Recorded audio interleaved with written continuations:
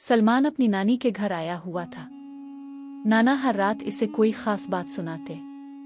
इस रात नाना ने कहा, बेटा आज मैं तुम्हें हजरत कासिम की कहानी सुनाता हूँ। सलमान फौरन सीधा होकर बैठ गया। कौन थे वो? हजरत कासिम इमाम हसन के बेटे और इमाम हुसैन के भतीजे थे।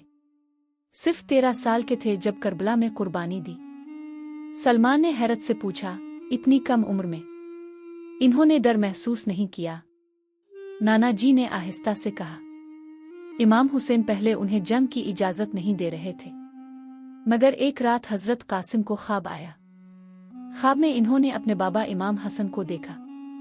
इन्होंने फरमाया, बेटा जल्द ही जन्नत में तुम्हारी मुझसे मुलाकात होगी। ये ख्वाब सुनकर इमाम हुसैन को अंदाजा हो गया कि कासिम को शहादत का बुलावा आ चुका है।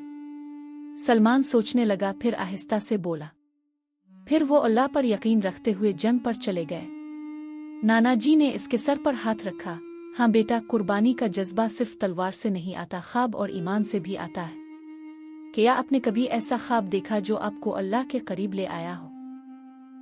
कमेंट में जरूर बताएं।